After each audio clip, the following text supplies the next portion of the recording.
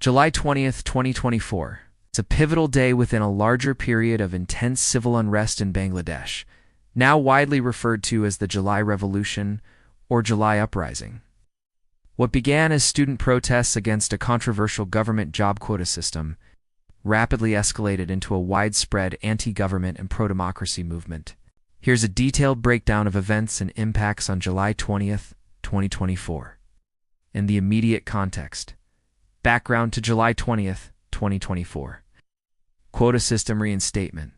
The unrest was sparked on June 5, 2024, when the High Court reinstated a 30% quota for the descendants of freedom fighters in government jobs, overturning a 2018 government decision to abolish it.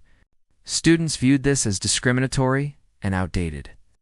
On July 15th, members of the ruling party's student wing, Chhatra League, allegedly attacked protesters. Internet access was shut down across the country on July 18th. On July 19th, public gatherings were indefinitely suspended and train services were disrupted. Mobs stormed a prison in Narsingdi, freeing hundreds of inmates. The government imposed a nighttime curfew and deployed the army nationwide at midnight on July 19th. On July 20th alone, at least 21 people were reported killed in clashes.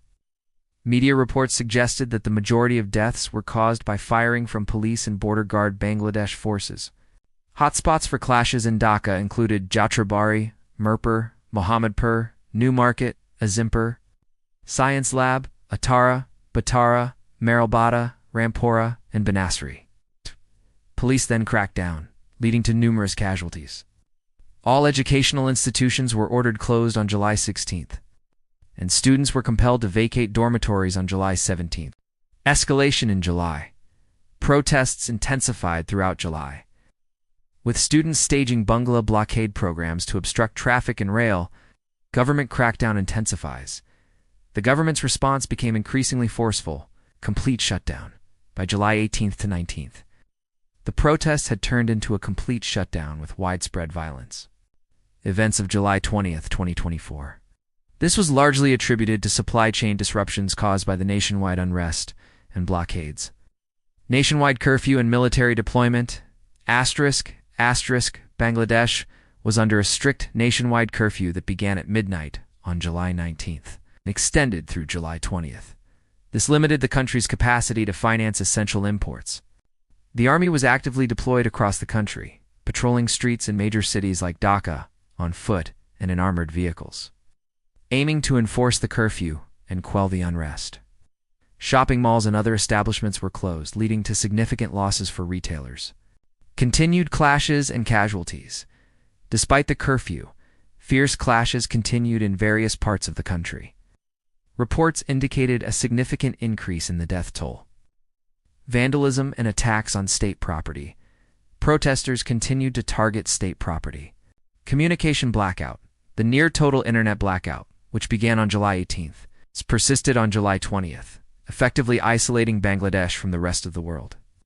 Text message services and overseas telephone calls remained disrupted. Arrests of opposition leaders and protest coordinators. The government arrested several coordinators of the quota reform movement and prominent leaders of the opposition Bangladesh Nationalist Party, including Amir Khusru, Mahmood Chowd, Huri Nazrel, Islam Khan, and Ruhul Kabir Rizvi. Severe communication blackouts and significant economic disruption. All rooted in the escalating quota reform movement and broader socio-economic grievances. International concern. International bodies and countries expressed deep concern over the escalating violence. The United States urged its citizens to reconsider travel to Bangladesh due to civil unrest, and both the UK and the EU called for peaceful solutions. India facilitated the return of its nationals from Bangladesh. Government stance. The government maintained that it was trying to de-escalate tensions and accused third-party actors, including extremists and terrorists, of fueling the unrest. Prime Minister Sheikh Hasina canceled planned international trips to deal with the crisis. Economic impact. The protests and the government's response had a severe economic toll, exacerbating pre-existing vulnerabilities. High inflation? The general inflation rate soared to an 11-year high of 11.66% in July 2024, with food inflation reaching a record 14.1%. Decreased foreign exchange reserves. Bangladesh's gross foreign exchange reserves continued their downward trend, reaching approximately $20.4 billion. A currency depreciation, the Bangladeshi taka further depreciated against the US dollar. Reduced remittance inflow. Remittance inflow dropped to a 10-month low in July, about 25% lower than the previous month, directly linked to the national unrest. Disruption to businesses. The nationwide curfews, shutdowns, and protests severely disrupted economic activity. Impact on investment and confidence. Political uncertainty and instability significantly undermined investor confidence, both domestic and foreign, leading to critically low foreign direct investment. In summary, July 20th, 2024, was a day of profound crisis in Bangladesh, characterized by an ongoing violent state crackdown on a burgeoning mass uprising.